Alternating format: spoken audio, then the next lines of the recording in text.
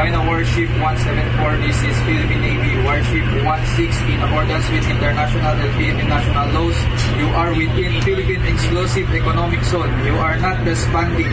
Your refusal to respond will be reported to concerned authorities. Over. Hindi, pero yung sinasabing concerned authority, sino ba? Diba? Hinuhuli ba yan? Yung China, sa dami na ng mali o paglabag sa international law na ginawa niyan dyan sa West Philippine Sea. Hindi lamang sa West Philippine Sea, sa buong South China Sea. May humuli ba dyan? Hinuhuli ba yan? Kinukulong ba sila? Hindi, mga utol, di ba? Kaya patuloy nilang ginagawa yan kasi wala naman nagsasanction sa kanila. Sino ba nagpapatupad ng international law na yun? Parang ethics na lang yun no? Sa totoo lamang. Moral na lang ng mga bawat bansa. Sa madalit sabi, ang nangyayari sa China, para nawawalan sila ng moral. Okay? Kasi yung karamihan ng bansa ay sumusunod sa international law tapos sa ila hindi. So parang ang pinaka worst comes to worst ay mawalan itong mga to ng kakampi o maniniwala sa kanila. Yun lang. Pero yung mga karunungan, kaalaman, teorya, kasaysayan, hiwaga at mga bagong tuklas. Alamin natin. Kung matatandaan ninyo mga utol, last year, November 2023 ay nagsagawa ng Joint Maritime Patrol ang US at ang Pilipinas. At ngayon mga utol ay ang pangalawa na maritime patrol dyan sa West Philippine Sea kasama ang United States of America. Ito mula to sa Armed Forces of the Philippines mismo Facebook page. Okay?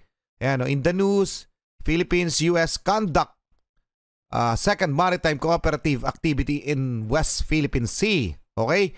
The Philippines and the United States began their second reiteration of joint maritime air exercises in the West Philippine Sea on Wednesday. So Wednesday is January 3. Okay? So sa madalit sabi, nagsimula na ulit. Okay mga utol? Pero ito yung catch. Hindi naman yan yung topic natin. So sa nasabing joint maritime patrol in between Pilipinas at US, ay eto po mga utol. No? Eto nagpapansin na naman itong China. Ayan, dalawang China warships bumuntot sa second joint maritime patrol ng Pilipinas at US Navy sa West Philippine Sea. O, diba? O, pakinggan natin tong report na to.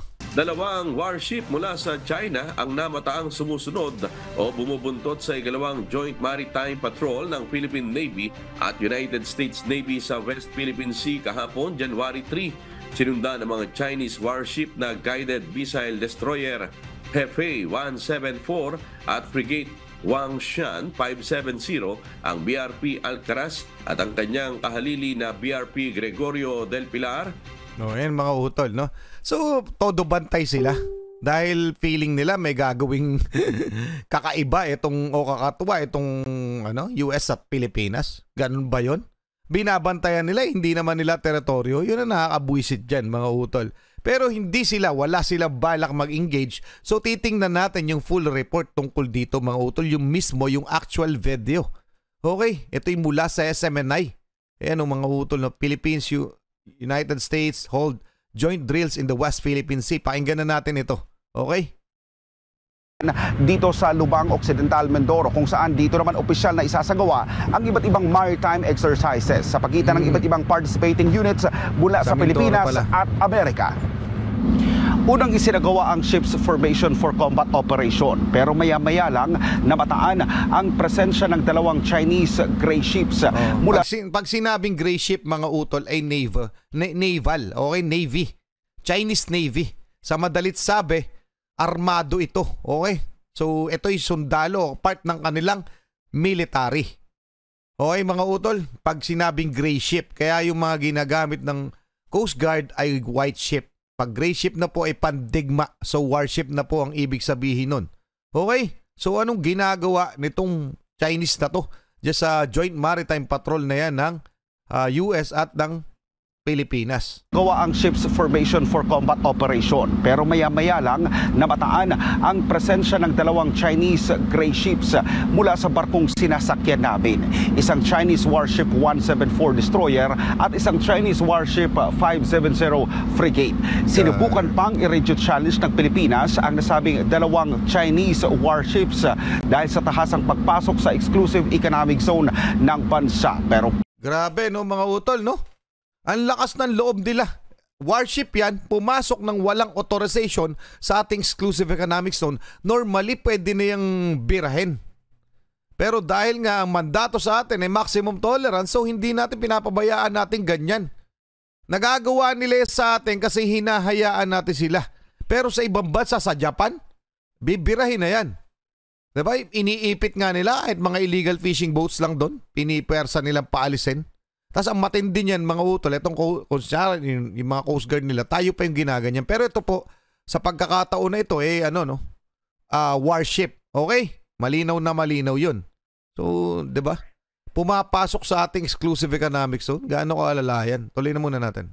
Biko silang makakuha ng tugon mula rito. But shortly after, the presence of 2 Chinese gray ships was spotted in different directions from our vessel. One Chinese warship was the 174 destroyer and the other was a 570 frigate. The Philippine Destroyer at saka frigate, mga utol, no? Talagang, kumbaga, alerto sila, no? Alerto sila sa nangyayari, itong China. Pero ang ibig ko sabihin, ang lakas naman ng loob nila pumasok sa ating exclusive economic zone, di ba? Bakit wala tayong galaw tungkol doon, di ba? Anong masasabi nyo dyan? Tuloy na muna natin. Navy attempted to radio challenge the 2 Chinese gray ships as they entered the Philippines' exclusive economic zone during the exercises. However, they received no response. In fact, tapos walang response, no? Baliwala lang. Kahit tumawag kayo na tumawag, baliwala sa amin yan. Iba syempre yung mandato niyang mga yan, no? So anong masasabi nyo dyan, mga utol? Pero etong Chinese, etong China, mga utol, ay nagbabalak din magkaroon ng drill o gumawa ng military activity sa South China Sea bilang tugon dito sa drill ng Pilipinas at ng United States. Okay? Gusto nilang makipagkompetensya talaga. the Philippines issued 5 radio challenges to China's People Liberation Army Navy ships to inquire about the reason for their entry into the EEZ while the exercises were underway. China Warship 174, this is Philippine Navy Warship 16 in accordance with international and Philippine national laws. You are within Philippine Exclusive Economic Zone. You are not responding. Your refusal to respond will be reported to concerned authorities. Over. Hindi, pero yung sinasabing concerned authority, sino ba? 'Di ba? Hinuhuli ba yan? Yung China, sa dami na ng mali o paglabag sa international law na ginawa niyan dyan sa West Philippine Sea. Hindi lamang sa West Philippine Sea, sa buong South China Sea. May humuli ba dyan? Hinuhuli ba yan? Kinukulong ba sila? Hindi, mga utol, 'di ba? Kaya patuloy nilang ginagawa yan kasi wala naman nagsasanction sa kanila. Sino ba nagpapatupad ng international law na yun? Parang ethics na lang yun no? Sa totoo lamang. Moral na lang ng mga bawat bansa. Sa madalit sabi, ang nangyayari sa China, para nawawalan sila ng moral. Okay? Kasi yung karamihan ng bansa ay sumusunod sa international law tapos sa ila hindi. So parang ang pinaka worst comes to worst ay mawalan itong mga to ng kakampi o maniniwala sa kanila. Yun lang. Pero yung para mag-sanction sa kanila, wala namang ganun eh. Kailan ba? Kailan na batawan ng kaparusahan yung mga paglabag na ginagawa na yung China? Eh di sana noon pa, nung nagtayo sila ng artificial island, kasi bawal yun sa mga disputed area. Nagawa nila yun. So paulit-ulit nilang ginagawa hanggang sa ngayon. At kitang-kita yun ng buong mundo. Well anyway, anong masasabi nyo dyan, mga utol, sa kakulitan na yan? Tuloy muna natin to. Particular activity, the second iteration of the Mutual Cooperative Agreement. This is one of the iteration approved under the MTB SAP. So this morning, we've conducted series of activities. Number 1, the comms check, communication check, wherein we primarily... Hindi na natin alam yan. Basta isa lang ibig sabihin, no? Yung tinutuloy na ng Pilipinas yung mga plano nila, yung Joint Maritime Patrol. Kasi malaking bagay yon para sa presensya natin, para dun sa medyo mailang lalo ang tawag dito, China sa mga ginagawa nila. Pero eto mga utol, may gusto lang akong i-share sa inyo. Ayan o. Yan na yun. GMA News Online, China Warship Tail, Philippine US Navy. Ito na yun, yung kanina. So basahin na lang natin. We follow certain guidelines. Ito yung mula sa sa statement ng Philippine Navy. We follow certain policy and guidelines. We call this as the rule of engagement. So this our Bible in ensuring that in the event of disruptive and dangerous maneuvers from any other country, will be obliged to follow this one, sabi ni Christopher Calvo. Okay? So, according to 24 hours, 24 oras report by June Veneracion, the Alcaraz issued radio challenges to the Chinese ship 5 times but received no response. So, pares rin naman yung nire-report nung ano. So, sa madalit sabi, hindi nag-response, pero bumubuntot itong nasabing warship, mga utol. So pakinggan rin natin itong report mula sa UNTV. P. Gregorio del Pilar at BRP Davao del Sur habang naglalakbay sa formation sa buong araw. Ngunit hindi hinadlangan ng mga shadowing vessel ang mga barko habang ito ay nakikipagtagpo sa US 7th Fleet para sa Joint Maritime Patrol.